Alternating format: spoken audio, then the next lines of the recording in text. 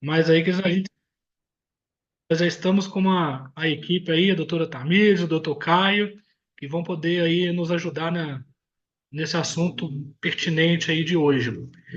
Eu quero pedir a todos também que mantenham os áudios desligados durante as apresentações e que no final a gente vai abrir para perguntas e respostas. E se alguém quiser já, para no decorrer da live, para não perder, pode colocar no chat também, que depois a gente vai respondendo vocês. Eu vou passar agora para a doutora Tamires aí, para poder dar início aí. Muito obrigado. Muito obrigada, Vitor. Boa tarde a todos. É um grande prazer recebê-los no nosso webinar de hoje. Meu nome é Tamires Simões. Eu sou advogada associada do escritório Deigle Stiviana Advocacia Global Corporativa. Ah, Nós atualmente temos sede em Vitória, no Espírito Santo. Também possuímos escritórios por mais 5 capitais no Brasil: São Paulo, Rio de Janeiro, Belo Horizonte, Porto Alegre e Brasília. Também nós temos atuação, é, tendo escritório nos Emirados Árabes, na Arábia Saudita, né? E temos parceria por toda a Europa e Portugal. Uh, Outra coisa que é importante salientar é que o nosso escritório, o escritório da Igreja Tiviana, ele possui foco em solucionar problemas de empresários, tá? Então, portanto, o nosso foco é corporativo. Pois bem, esse webinar, ele teve a iniciativa do nosso escritório, em parceria com o Cindy Rochas, e tem como objetivo abordar o tema indenização por usurpação mineral.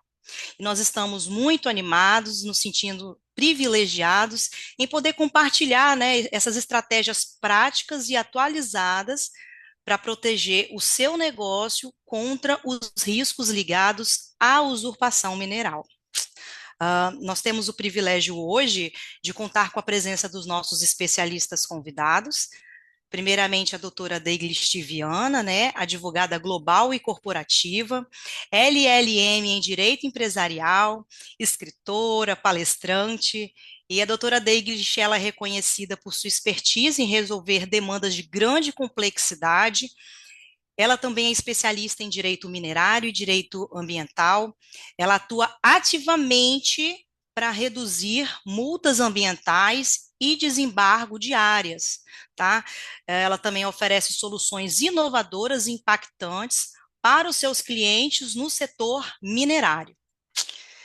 Essa é a qualificação da doutora Deilish. Agora vamos passar para a qualificação do doutor Caio Cruz, que é advogado especialista em empreendedorismo e gestão de negócios. Temos também o doutor Luiz Felipe Vilela, ele é advogado especialista em direito minerário e ambiental, ele possui conhecimento em crimes, cobranças estatais, tutela judicial, todas vinculadas ao setor do meio ambiente. Também temos a doutora Mariana Duca, que ela é advogada especialista em direito processual civil, direito agrário e inventário. Eu peço a todos vocês que estão aqui presentes para que fiquem até o final do nosso webinar, pois nós estaremos sorteando um livro cujo tema é Mineração e Sustentabilidade Ambiental. Essa obra ela é de coautoria da doutora Deiglish Tiviana e ela é essencial para quem deseja aprofundar os seus conhecimentos na área sobre mineração e sustentabilidade. Então, não percam essa oportunidade, hein? Então, assim, sem mais delongas, né, eu gostaria de passar a palavra à nossa primeira palestrante, a doutora Deiglish Tiviana, que iniciará a discussão sobre o assunto soluções jurídicas para processos de usurpação mineral. Doutora Deiglish, por favor.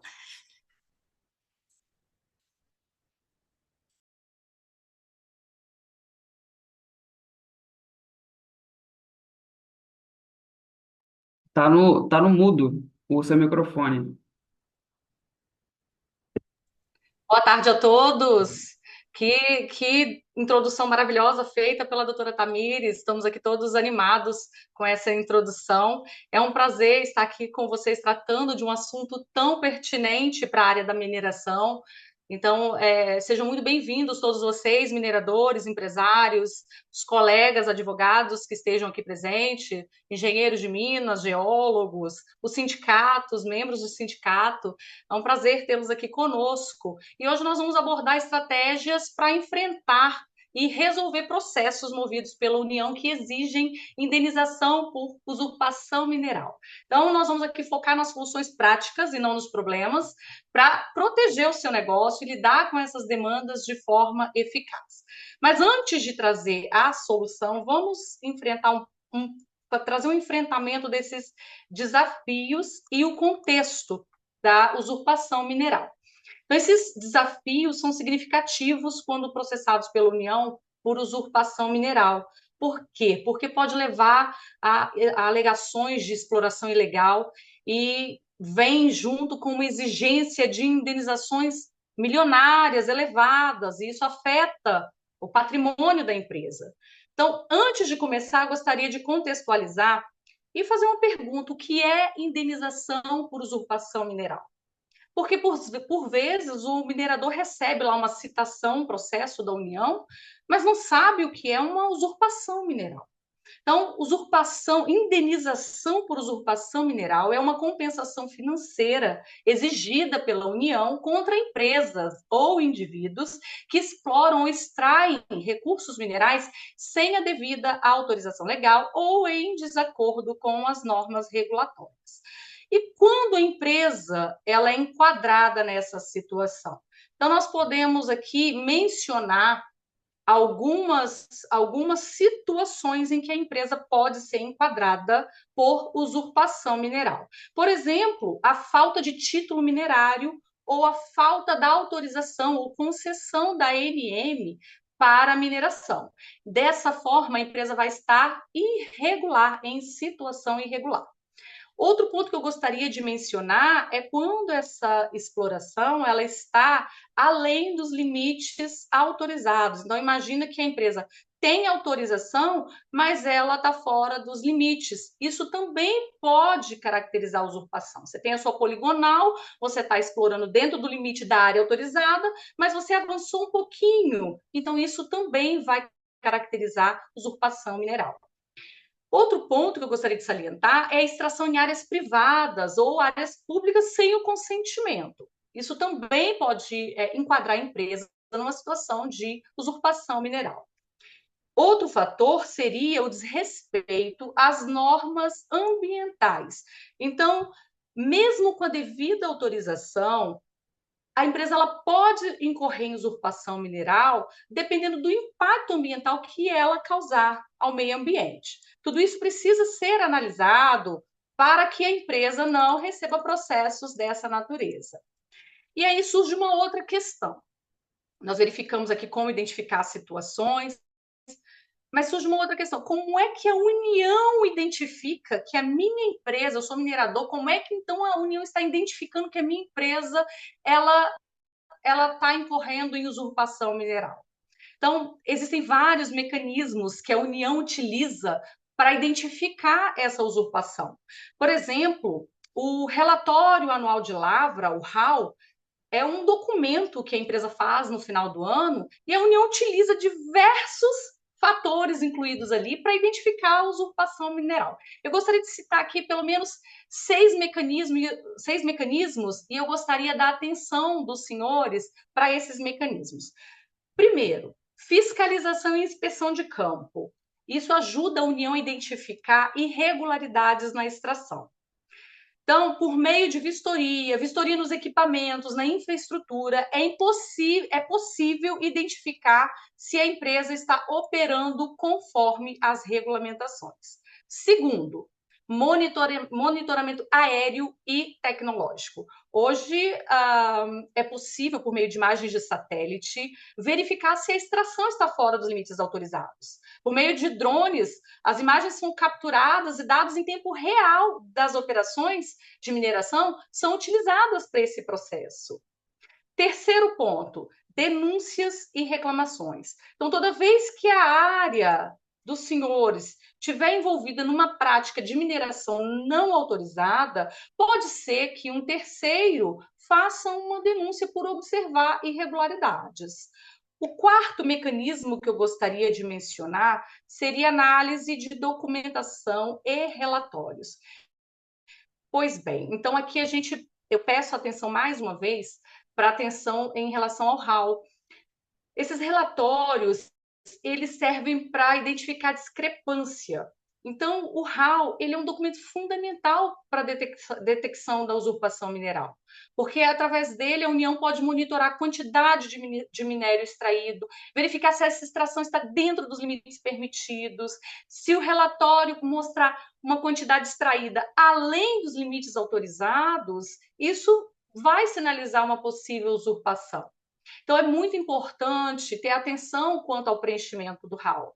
Além disso, o documento de licenciamento é necessário uma verificação da conformidade com as licenças e as autorizações emitidas para que não ultrapassem os limites durante o processo de mineração. Um quinto ponto que eu gostaria de mencionar, antes de nós entrarmos nas soluções, seriam dados econômicos e comerciais. Por meio dos relatórios de produção e vendas da empresa, é possível analisar a verificação de volumes de produção de venda, se eles correspondem às quantidades autorizadas. E, por último, sexto mecanismo utilizado seria a revisão dos estudos ambientais. Isso tem a ver com o impacto ambiental. Então, essa avaliação visa garantir conformidade com os requisitos de licenciamento ambiental. Se estiver desconforme, a empresa vai ser enquadrada em usurpação mineral e, assim, por meio desses mecanismos, a União ela consegue detectar. Pois bem, vamos abordar agora o que é mais importante para o nosso webinar de hoje, que são as soluções jurídicas. Recebi uma citação, recebi um processo com uma indenização altíssima, o que eu vou fazer? Primeiro ponto, contestar juridicamente essa indenização. Não há que se falar, eu vou deixar para lá, vou deixar prescrever. Não há que se falar. É importante analisar essa demanda com muita cautela, revisar essa base legal, identificar possíveis erros da União, irregularidades nessa reivindicação. Se essa quantidade extraída estiver dentro dos limites permitidos, isso pode ser um argumento crucial na sua defesa. E muitas vezes acontece da União entrar com um processo de usurpação, mas a extração está dentro do limite permitido, e isso é crucial para a defesa. Segundo ponto dessa contestação é a coleta de provas. Então, a documentação que vocês precisam juntar é extremamente relevante e ela precisa mostrar se houve uma tentativa de regularização, se essa ultrapassagem foi por motivos justificáveis. E, claro, coletar relatórios operacionais, laudos periciais é extremamente importante como conteúdo probatório. Terceiro ponto que eu gostaria de mencionar dentro da solução jurídica, nessa contestação, seria apresentar a defesa em juízo. Então, nós vamos analisar a demanda, coletar provas. Terceiro, defesa em juízo. Todos os argumentos e provas têm que ser colocados para contestar essa indenização ou minimizar o valor exigido, principalmente se houve tentativa de regularização, se houve circunstâncias atenuantes, isso é muito importante para essa defesa. Segunda estratégia na solução jurídica apresentada seria negociação e acordos. Hoje é possível negociar diretamente com a União para reduzir o valor da indenização ou obter condições mais favoráveis de pagamento, especialmente se puder demonstrar boa-fé ou ações corretivas na área minerada. Estratégias de prevenção e mitigação é o terceiro ponto que eu gostaria de conversar com os senhores. Isso é extremamente importante, atuar de forma preventiva, não sair como bombeiro depois apagando incêndio, como a gente costuma dizer no escritório. Então, trabalhar com auditoria, monitoramento, implementar sistema de monitoramento para garantir que essa extração não ultrapasse os limites estabelecidos e evitar futuras reivindicações é essencial. Esse trabalho tecnológico preventivo, hoje a tecnologia está trabalhando de lado a lado com a mineração, em prol da mineração. Então, é importante utilizar esses recursos, inteligência artificial, drones, monitoramentos. Reforçar a documentação de forma preventiva também é essencial, manter os registros detalhados de todas as operações, incluindo o guia de utilização, o RAL, para se proteger em caso de uma disputa. E se houver ultrapassagem, documentar todos os esforços que foram feitos para corrigir a situação. Quarta solução estratégica seria um planejamento e compliance jurídico. Hoje é essencial trabalhar de forma preventiva, com compliance jurídico, na base contratual, trazer cláusulas que abordem a usurpação mineral e suas responsabilidades, para garantir que todos os aspectos da operação estejam cobertos por essas cláusulas contratuais. E, claro, uma assessoria jurídica robusta, eficaz, contínua. Trabalhar com assessoria jurídica preventiva garante que a atividade esteja sempre em conformidade com a legislação e para lidar de forma proativa com possíveis riscos. Eu gostaria de mencionar as legislações atuais pertinentes ao caso. É claro que a gente não vai adentrar nessas legislações, que não é o objetivo, o escopo é ser prático, mas nós gostaríamos de citar que, aplicável à matéria, nós temos o Código de Mineração, que é o Decreto-Lei 227 de 1967, nós temos a Lei 13.575 de 2017, temos a Lei de Crimes Ambientais 9.605 de 98, temos as regulamentações locais. E além de legislações pertinentes que corroboram a nosso favor, digo a nosso favor, mineração, a indústria da mineração, setor da mineração, nós temos também jurisprudências favoráveis, né? Eu gostaria de citar apenas uma envolvendo o beneficiado município de Davinópolis. Esse município ele foi beneficiado nessa decisão pelo TRF, que considerou desproporcional o valor inicial da indenização, que estava arbitrado em R$ 100.000 por danos morais coletivos, tendo a redução dessa indenização para R$ 20.000. Olha que de 100 conseguiu reduzir um percentual muito grande, levando em consideração aquilo que eu havia falado anteriormente, critérios de proporcionalidade, razoabilidade, além da possibilidade de recuperação da área ambiental degradada. Então, nós vemos que é possível reduzir essas indenizações. E no Espírito Santo, nós temos vários cases de sucesso. O Espírito Santo tem várias empresas mineradoras que são exemplos em utilizar a tecnologia em prol da mineração para mitigar riscos. Também temos empresas que, por contestarem a demanda, conseguiram reduzir a indenização através de uma defesa sólida. Em outros casos, algumas empresas conseguiram reduzir o valor da indenização através de negociação direta e acordos amigáveis. E todas essas empresas capixabas são dignas de elogio por atuarem de forma preventiva e de forma eficiente, atualizada com a tecnologia, com a inovação, então são dignas de elogio. Para finalizar, abordamos aqui soluções práticas para lidar com a usurpação mineral e a importância de uma defesa sólida. Agora eu gostaria de passar a palavra para o Dr. Luiz Felipe Vilela e a doutora Mariana Duca, que irão explorar como acelerar e simplificar esse processo de regularização minerária e como o compliance ambiental pode ser uma vantagem competitiva. Com vocês, doutor Luiz Felipe, doutora Mariana, a palavra é de vocês. Muito obrigada. Muito obrigado, doutor Deglish, pelos esclarecimentos. Primeiramente, boa tarde a todos. Espero que essa apresentação seja muito proveitosa a todos os participantes deste webinar. E como a doutora já comentou, uma forma de se evitar a multa por usurpação mineral é justamente a regularização junto aos órgãos ambientais competentes por meio do adequado procedimento de obtenção do licenciamento ambiental, amparado pela Lei de Políticas Ambientais, Lei Nacional de Políticas Ambientais e também pela Resolução CONAMA 347. O procedimento em si pode variar a depender do porte, complexidade e do grau de poluição que pode resultar. Situações que serão oferidas por meio de estudos decididas pelo próprio órgão licenciador. Em termos gerais, o empreendedor precisa obter 3 tipos de licenças para iniciar sua operação. A primeira delas, a licença prévia, quando é aprovada preliminarmente a localização e concepção do empreendimento e que possui validade de 5 anos. A licença de instalação, em seguida, como o nome sugere, é o momento em que o minerador é autorizado a ir até o local e instalar seus equipamentos. Nessa licença vai ter a validade máxima de 6 anos. Por fim, expedida a licença de operação, em que o minerador poderá iniciar a extração do produto minerário. Essa última licença com prazo máximo de 10 anos. A obtenção dessas licenças pode ser realizada na modalidade trifásica, em que as licenças são expedidas de forma sequencial, de maneira concomitante, em que a licença prévia e a licença de instalação são expedidas juntas, ou se a licença de instalação e de operação são no mesmo momento. E quando o empreendimento for de menor impacto ambiental, pode ser expedido de maneira simplificada, que é aí sim um momento de etapa única.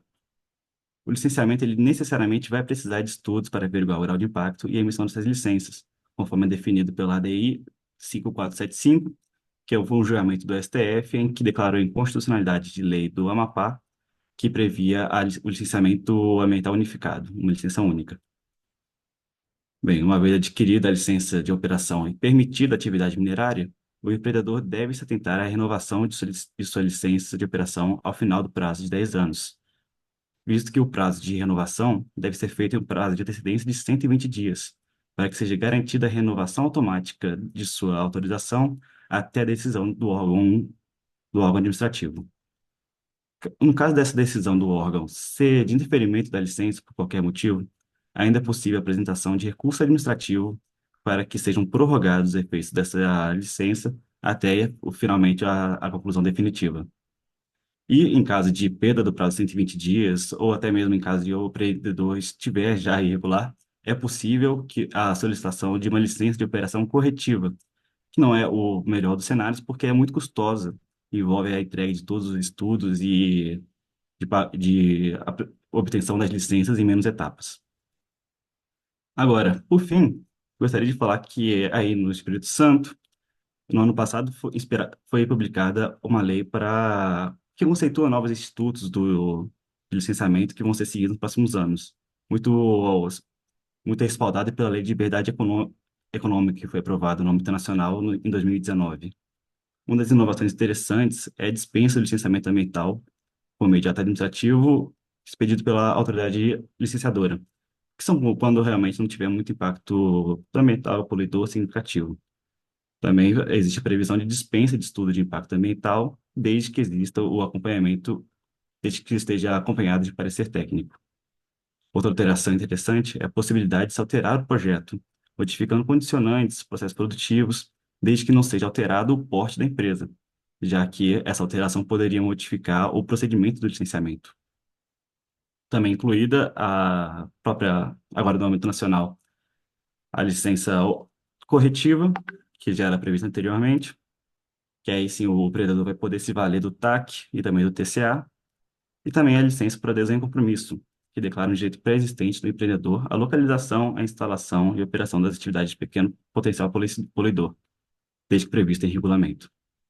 Outras inovações abordadas pela nova lei é a possibilidade de realização de audiências públicas pela modalidade virtual e também a contratação pela própria autoridade licenciadora de consultorias para análise técnica dos estudos ambientais, elementos que podem garantir maior celeridade ao procedimento nos próximos anos aí no Espírito Santo.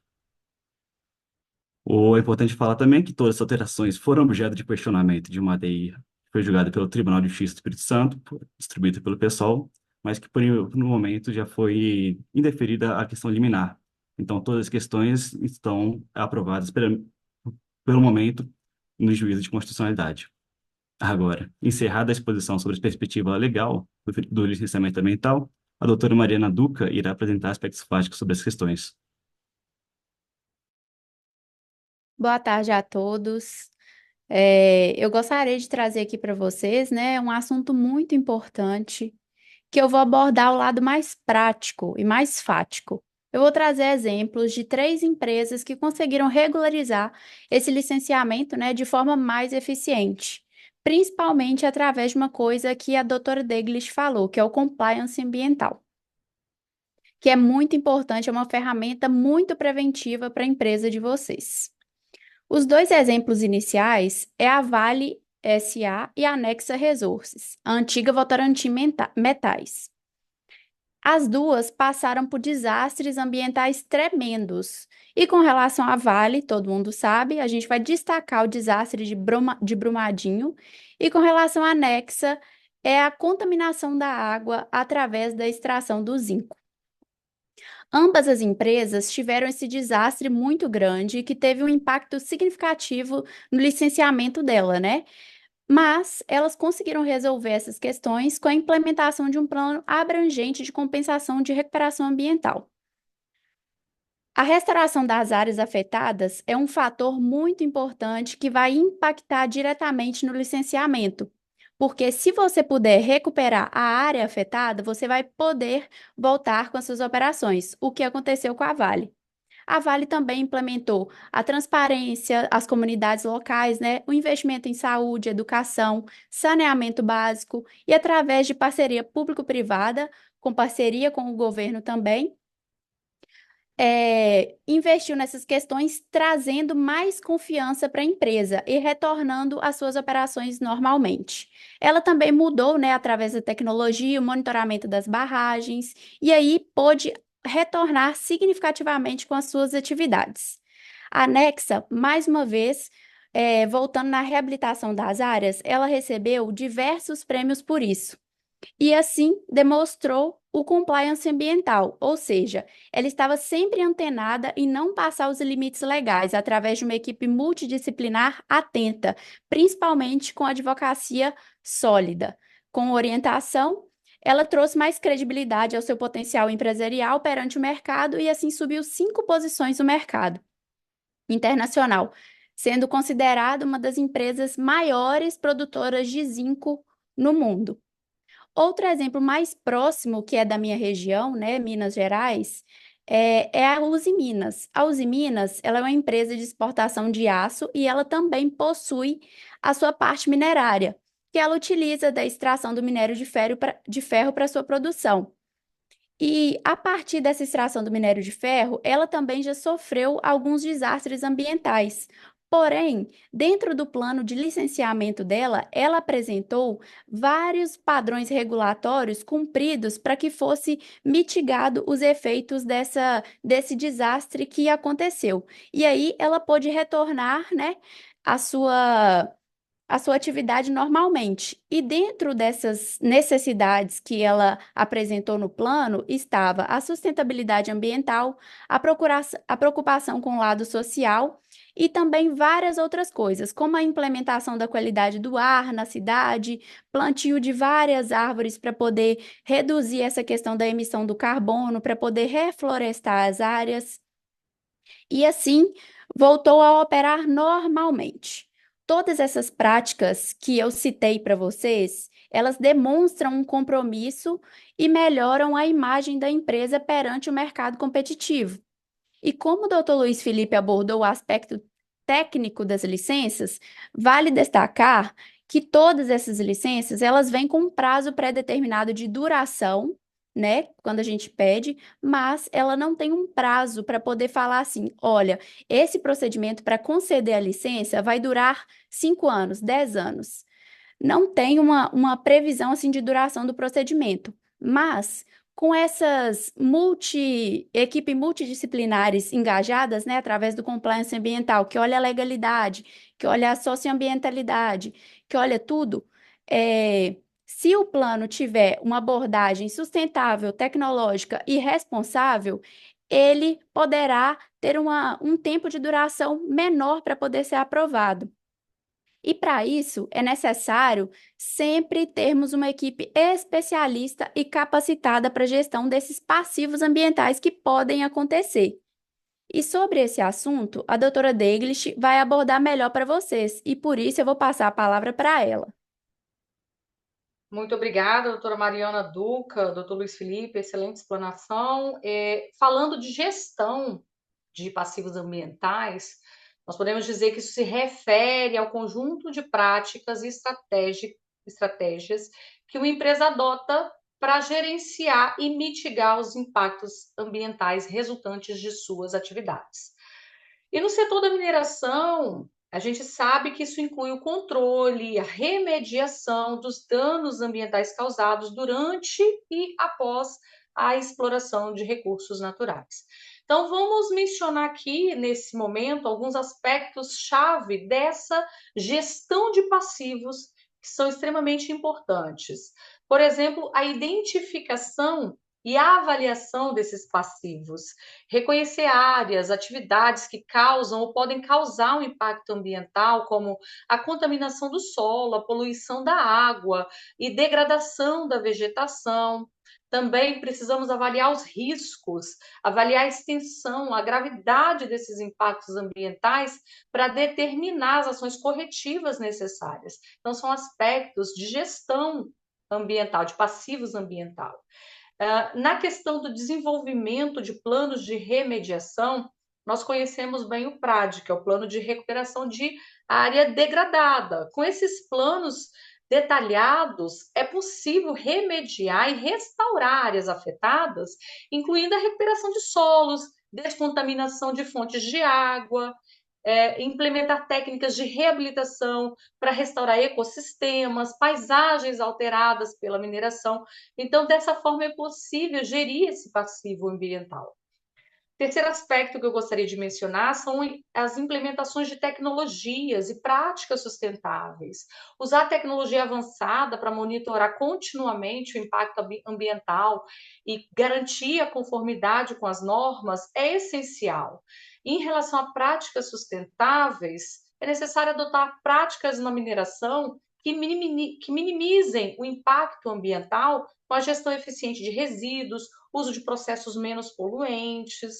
E isso está em harmonia com o quarto ponto de gestão que eu gostaria de tratar, que fala sobre a conformidade com a legislação e as regulamentações. Cumprir as normas ambientais é essencial, garantir que todas as operações estejam em conformidade com as leis, regulamentações ambientais, tanto locais, nacionais e internacionais, auditorias ambientais, investir em realizações de auditorias periódicas para verificar a conformidade, identificar áreas para melhoria. Isso também faz parte de uma gestão de passivo. O quinto ponto que eu gostaria de trazer é a comunicação e a transparência.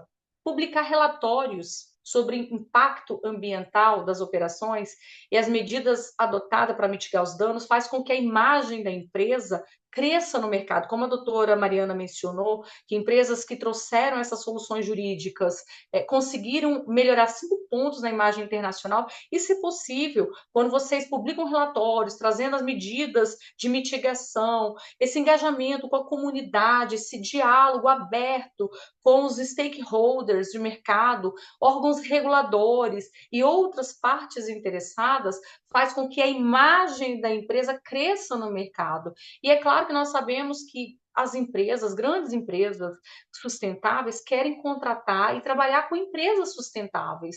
Então, isso gera a roda viva do mercado. Quanto mais sustentável a empresa é, mais ela aparece no mercado para contratação.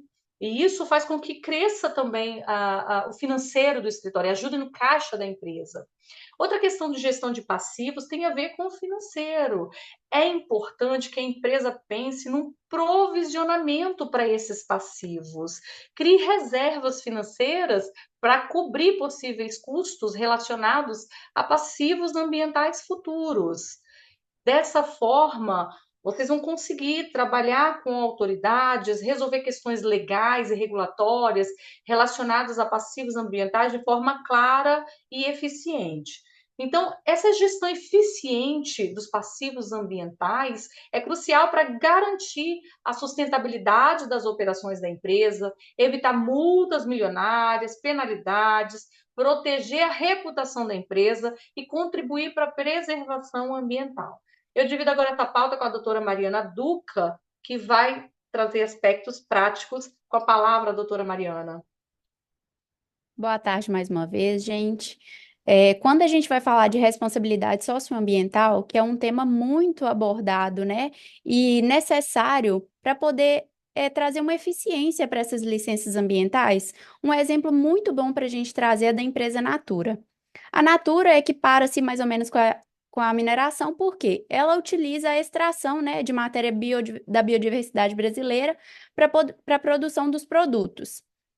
Mas o que eu quero abordar aqui com vocês é que a Natura ela já enfrentou muitas multas ambientais ao longo dos anos. E uma delas foi de 21 milhões de reais através da extração irregular da matéria-prima, que foi como se fosse uma mineração irregular através da usurpação mineral. Porém, ao invés dela sofrer calada, né, só aceitar a multa, produzir mais produtos e pagar, não. Ela foi lá e usou o limão para poder fazer uma limonada. E ela aproveitou dessa multa para poder mudar totalmente a sua visão empresarial de sustentabilidade no mercado, que é um dos lados mais exigidos hoje, um mundo tão globalizado, que tem muito desmatamento, que tem muitas coisas interligadas. A Natura, ela investiu em sistemas de certificação e rastreabilidade para garantir que todos os ingredientes dela que foi extraído, né, fossem provenientes de fontes legais e sustentáveis.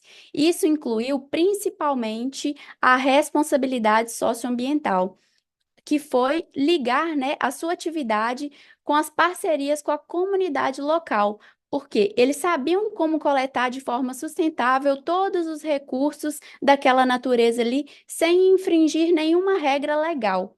Além disso, né, a Natura investiu em tecnologia para as embalagens, promoveu ainda mais a aproximação com a comunidade brasileira, com a comunidade local, trazendo mais essa força da brasilidade. Implementou muitas práticas para otimizar a logística e também, assim, diminuir a emissão de carbono e outros poluentes. E ainda, né, como a transparência é uma das coisas muito exigidas hoje para que haja investimento dentro da empresa, a Natura utiliza de painel estratégico publicado no site através de ano em ano, né, para demonstrar todas as coisas sustentáveis que ela tem cumprido. Os aspectos sustentáveis que a empresa tem, os pontos, os pilares e quais serão os seus planejamentos para o futuro, quais são os seus motivos para poder fazer aquilo ali. Então, a gente pode ver através dessa transparência que é uma empresa que vem crescendo cada dia mais, né? E mudando a sua visão de sustentabilidade, trazendo mais investimento para o seu grupo empresarial. E assim, o exemplo muito bom é porque ela utilizou dessa multa milionária para poder transformar a sua ética sustentável e subir no mercado competitivo, trazendo mais investidores. Então, se essas técnicas elas forem utilizadas dentro da mineração, focando nessa parte socioambiental, tecnológica, e transparente, a confiança da empresa será muito mais alta, seja no mercado, seja nacional ou internacional. Por quê? Porque uma empresa que tem transparência dos investimentos, né, chama mais atenção, porque tem a consciência de onde aquela pessoa está investindo, tem uma segurança para poder trazer mais investimento, né? Porque aí quem está investindo, os investidores, eles têm a consciência de quais serão a possibilidade dos passivos, quais serão as possibilidades dos ativos, e aí terá uma imagem muito melhor. E assim, né, como eu abordei aqui para vocês, as práticas sustentáveis, as transparências, a responsabilidade socioambiental, é muito importante a gente falar de tecnologia, que é um fator muito importante para remediar os danos de uma multa, para pagar um incêndio, né? Mas eles também são muito imprescindíveis para prevenir os danos, principalmente no mundo, mais uma vez, que está todo interligado, que precisa de muitas informações tecnológicas. E para isso, o Dr. Caio vai trazer para vocês uma nova informação sobre a nova era da tecnologia na mineração. Eu passo a palavra para o Dr. Caio, que vai abordar brevemente esse tema para vocês.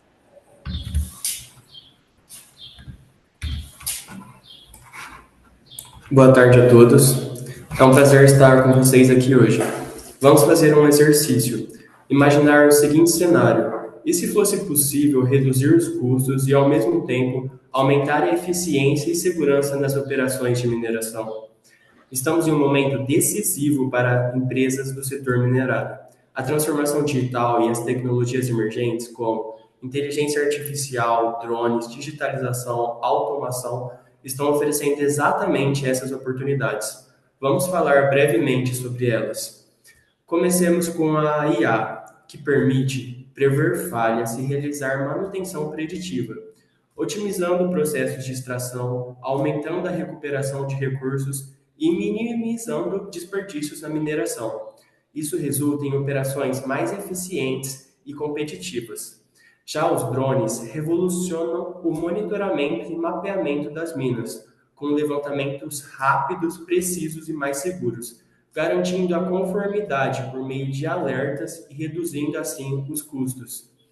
A análise de dados na mineração, integrada com a inteligência artificial e a internet das coisas, a IoT, oferece uma comunicação entre os equipamentos, facilitando assim a previsão de demandas, a otimização da cadeia de valor, a digitalização, com plataformas integradas e centros de operação remota, como os da Companhia Internacional Anglo-American, são referência no setor minerário, com máquinas autônomas e sistemas de controle automatizados, estão redesenhando o cenário da mineração, aumentando a precisão, a segurança e levantando operações mais coesas, com mais eficiência e menor custo. Além disso, a Lei 11.196 de 2005, popularmente conhecida como Lei do Bem, tem o objetivo de impulsionar investimentos em inovação no setor privado, inclusive com impacto direto no setor da mineração, fornecendo diversos incentivos fiscais para empresas que investem em pesquisa, desenvolvimento e inovação. Muitas empresas têm se beneficiado dessa lei. Portanto, investir na inovação e entregá-las na operações diárias será essencial para se manter competitivo no futuro da mineração. Bom, agora eu passo a palavra para a doutora Tamires realizar o encerramento. Muito obrigado pela atenção de todos. Muito obrigada aos doutores especialistas na área, nessa área tão complexa, né, tão difícil. Muito obrigada mesmo pela participação de vocês. Bem, pessoal, nós chegamos ao final da nossa apresentação principal, né, agradecendo mais uma vez a todos os que estão participando, seja como convidados à palestra, seja como ouvintes, tá? Agora nós vamos abrir o espaço para possíveis perguntas, possíveis dúvidas sobre tudo o que foi abordado nesse webinar. Nós já temos, inclusive, uma pergunta aqui, doutores, do Fernando César Moura de Almeida. Vamos ler Oi, aqui Fernando. a pergunta dele. Está Oi, no Fernando. chat.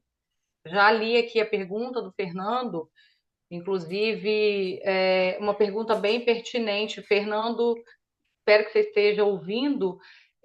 Não sei, você consegue abrir seu microfone para falar de qual área você é? Você é geólogo, engenheiro de Minas? Fernando César, está nos ouvindo? Acho que talvez não esteja aqui. Ah, sim, tá sim. Ah, ele é engenheiro de Minas. Prazer, Fernando, falar contigo, viu?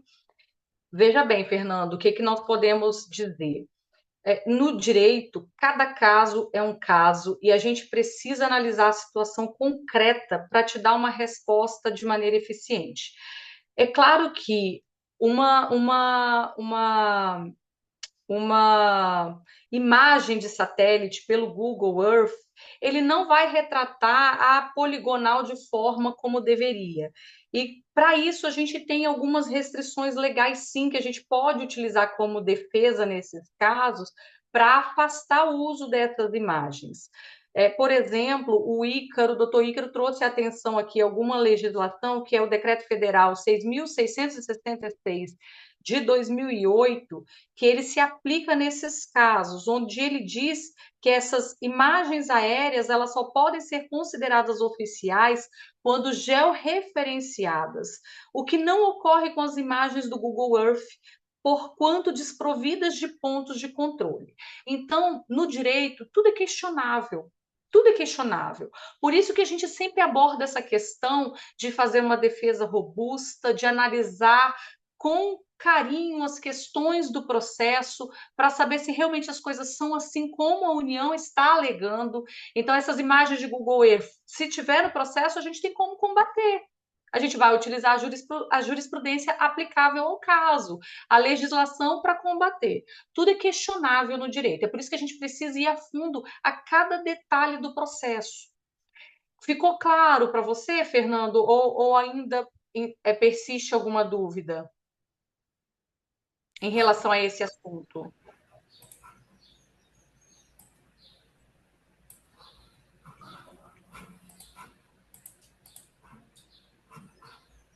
Eu espero que tenha ficado, sim, ficou da especificidade, e só para deixar claro, essas imagens para fins oficiais, elas precisam de um sistema de coordenadas, elas precisam ser um sistema que deve obedecer referência geodésica, para que essas imagens possam ser posicionadas corretamente no globo terrestre. Então, não é qualquer imagem do Google Earth que vai servir de prova num processo de usurpação mineral, certo? Obrigada pela pergunta. Marcelo também tem outra pergunta.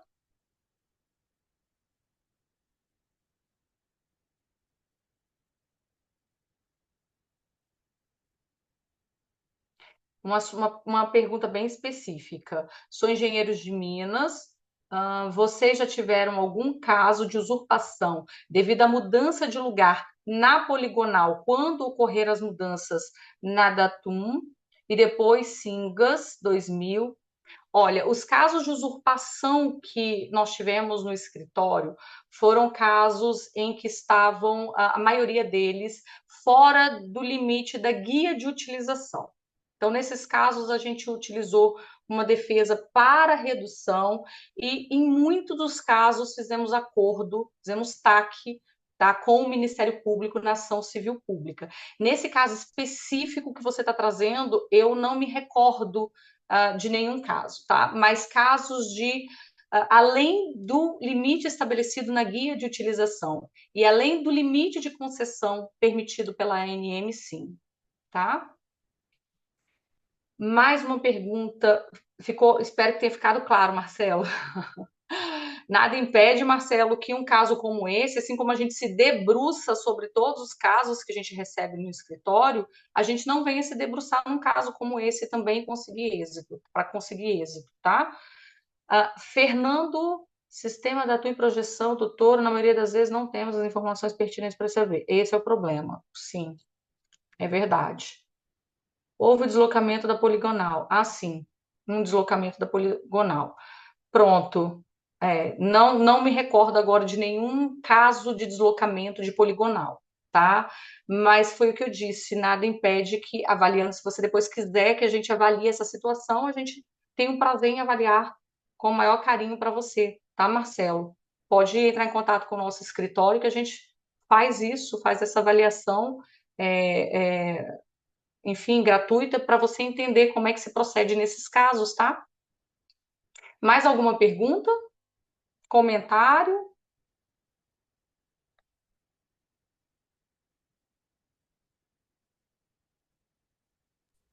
Aproveitem a oportunidade, hein, com os especialistas. Alguém mais? Não precisa de timidez, hein?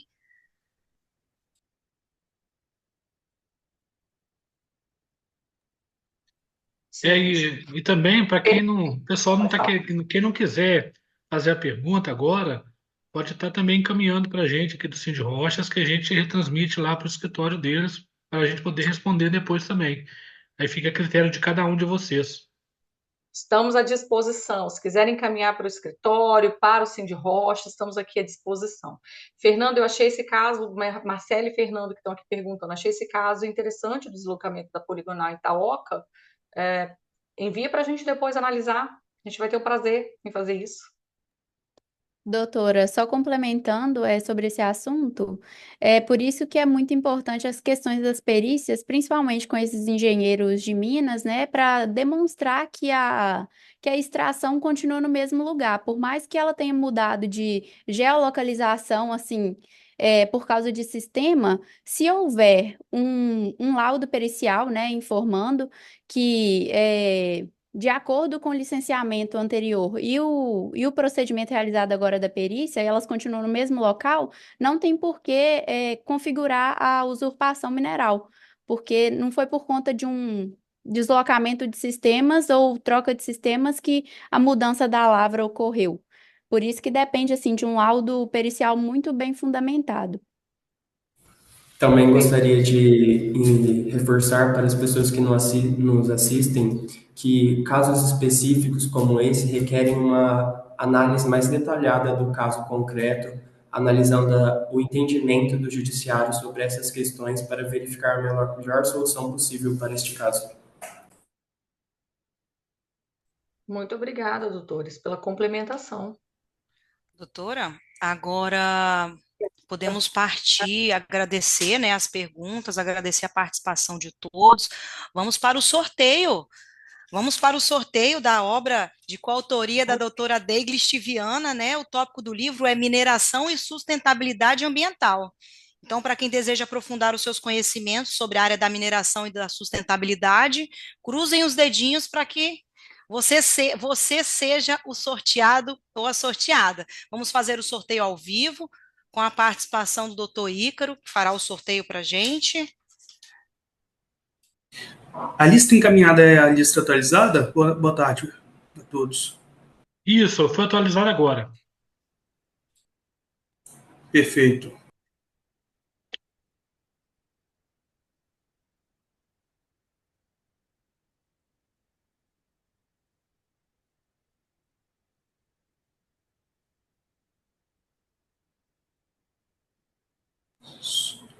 Só um minutinho que eu estou só subindo o nome aqui na lista.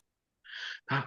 Enquanto ele está fazendo a contagem lá para fazer o sorteio, depois no final eu gostaria de pedir a todos aí que abrissem as câmeras para que a gente pudesse fazer um registro fotográfico. Ah, é verdade. Bem pertinente. Acho que dá até para parar de compartilhar para a gente tirar a foto. Isso, por Porque favor. mundo. Aline, Na verdade, eu vou precisar que pare o compartilhamento para eu solicitar aqui também, para fazer o pronto. sorteio. Ou vocês querem que eu fale só o nome? Se quiser compartilhar o sorteio, pode compartilhar. Vai fazer pelo aplicativo? Traz maior transparência. É melhor assim. Eu vou pedir então para a Stephanie parar de compartilhar, fazendo um favor.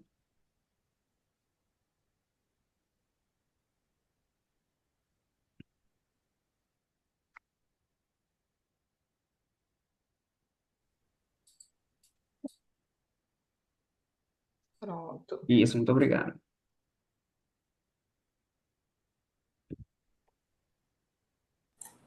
Eu preciso que algum anfitrião libere para o compartilhamento.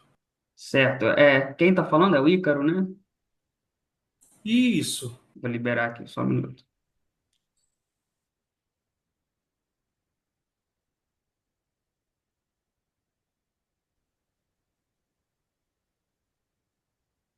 Pronto, foi.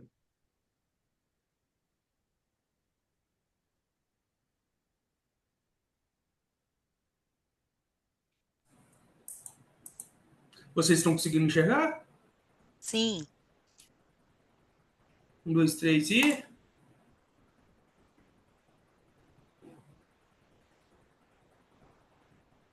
Thalisson Inácio de Araújo Rocha. Ah, tá ali. Parabéns, Thalisson. Muito obrigado. Parabéns. Parabéns, Parabéns. Thalisson. Inclusive, Parabéns. ele é advogado mineral. Olha, que bom, que maravilha. Essa obra ela foi escrita em coautoria com o professor Leonardo Gandara, da PUC, em Minas, onde eu fiz a minha especialização, e outros colegas que contribuíram para artigos valiosos na área da mineração e sustentabilidade. Então, vai ser um prazer compartilhar contigo essa obra. Não, excelente. Muito obrigado, doutora. Agradeço também aos demais integrantes, né, da equipe do escritório pelas explanações, né, e essa obra eu não tenho ainda, né, eu até estudei com o professor Leonardo Gandara, ele me deu aula no MBA em Direito da Mineração em Belo Horizonte, mas essa obra eu não tenho ainda, então eu agradeço. Que bom. Doutor Eu que Thalisson. agradeço. Perdão. Pode falar. Doutor Thales, eu peço que o senhor coloque o seu contato, o seu número de WhatsApp, seu e-mail, para a gente poder estar providenciando, tá? Seu endereço, poder estar providenciando o envio dessa obra, tá? Tá, ok. No mais, muito obrigada, hein, sortudo. No mais, pessoal, mais uma vez, obrigado a todos pela participação. Desejamos que vocês tenham um final de tarde maravilhoso. E, assim, ansiamos que em breve podemos nos reencontrar e nos reconectar por aqui. Muito obrigada, um grande abraço, A gente só vai É, até a pedir, próxima. a desculpa, gente a vai gente só só vai pedir pedir o para pessoal poder. para abrir as câmeras para a gente poder fazer o registro fotográfico, por Ah, favor. verdade, verdade. Por favor. Então, pessoal, quem puder, para poder participar na foto, vai para o Release, vai para o site do Cindy Rochas, vai para o Instagram. O pessoal tá abrindo aí.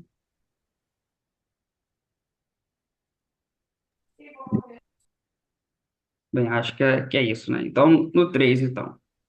1, 2, 3.